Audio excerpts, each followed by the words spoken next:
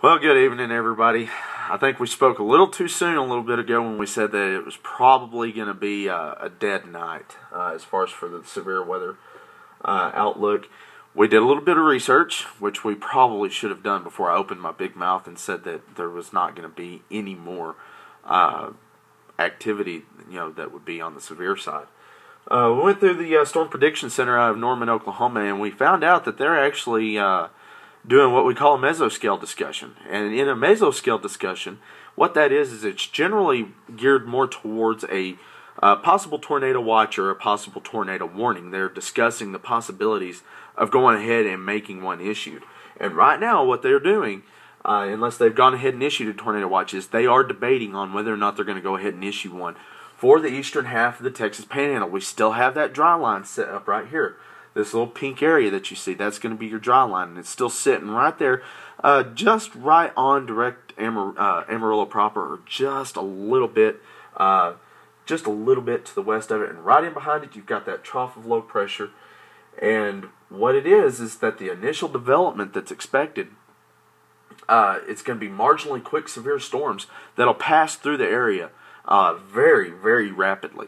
So what we're going to do is we're just going to head on over to the Storm Prediction Center right quick, and we're going to take a look and see if they've gone ahead and issued that watch. And here it is. They're still talking about it. Let's see. What they're saying is that the isolated thunderstorm development will be possible around 11 o'clock to midnight, and it's going to be very weak buoyancy. Will limit the severe potential and the need for a watch. So actually they've updated that from what it was a little bit ago. Let's go ahead and read the summary here. The possibility of watch issuance is about 20%, and this is concerning the severe potential, and it says watch unlikely.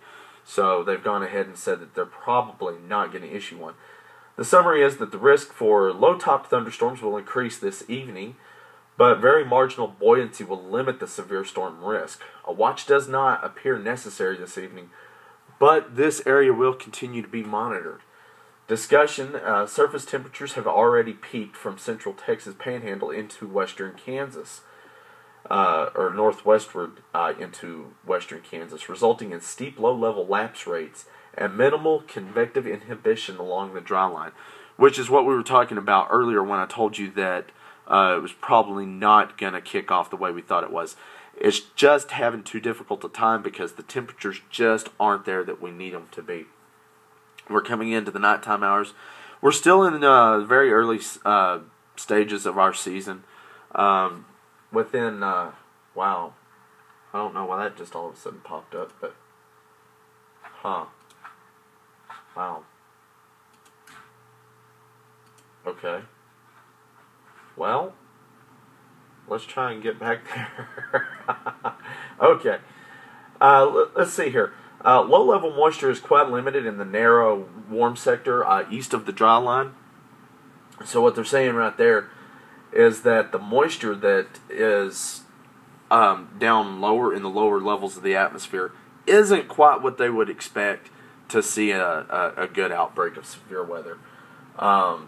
So that's probably, that is definitely a limiting factor. With surface dew points ranging from the low 20s, and we've already said before that we need those dew points to be up. We need them to be, anywhere from the mid to high 40s on up into the 60s, 70s, and even, there's been instances of some 80-degree dew points. So, weak surface-based buoyancy is confined to areas along and south of I-40. And through some northwestern destabilization is expected this evening as moisture gradually spreads northwestward. So they're saying right there that it's going to be some destabilization, not a whole lot. Probably not enough to get a good, healthy round of severe weather going on. The ejecting mid-level trough of SpeedMax is roughly coincident with the Pacific cold front approaching the eastern New Mexico and Texas border. The cold front will overtake the dry line by about 2 a.m. to 3 a.m. and which will help maintain low-level forcing for ascent or for rise. Thus, a few low-top thunderstorms could form along the dry line and cold front in the next few hours as moisture increases some. Still, very weak buoyancy in the face of a very strong deep layer vertical shear will limit the potential for sustained supercells and any attendant severe weather risk, and a watch does not appear to be necessary. So right there says it all, folks. We had a really good day. It's still about, it looks like it's still in the 60s over in Amarillo, where they've got that warm, dry air going on. Whereas we're in the 40s already here in Pampa. So we're probably not going to see a whole lot happen. But these storms are going to move northeastward up into Kansas. And we're probably just not going to see what we were really looking for today.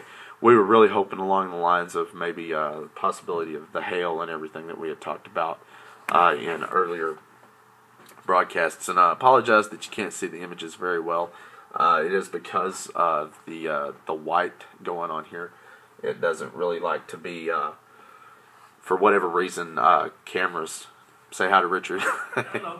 For some reason, the cameras don't tend to like that bright white light, and I've even turned it down quite a bit. Let's see here. Yep, that's the only mesoscale discussion they've got in effect right now. So, like I was saying earlier,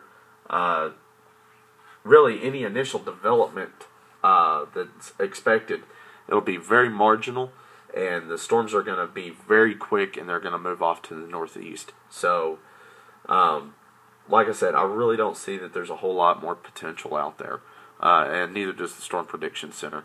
But like they said, they are going to keep an eye on it. So, we're going to keep an eye out from a little bit further back. We're going to let them just kind of take over and do their thing there, and we'll kind of touch base with them periodically to see what's going on. But for right now, everything looks pretty calm out there, and looks like we're in for a round of the wet stuff, and I don't mean rain come Monday and Tuesday.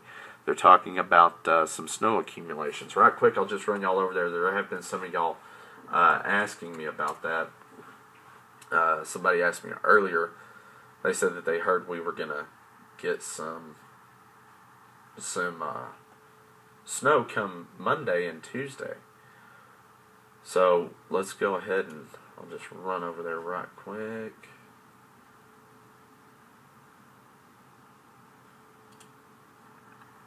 And oh, I think we kind of clicked the wrong one there. Special weather statement. There we go. And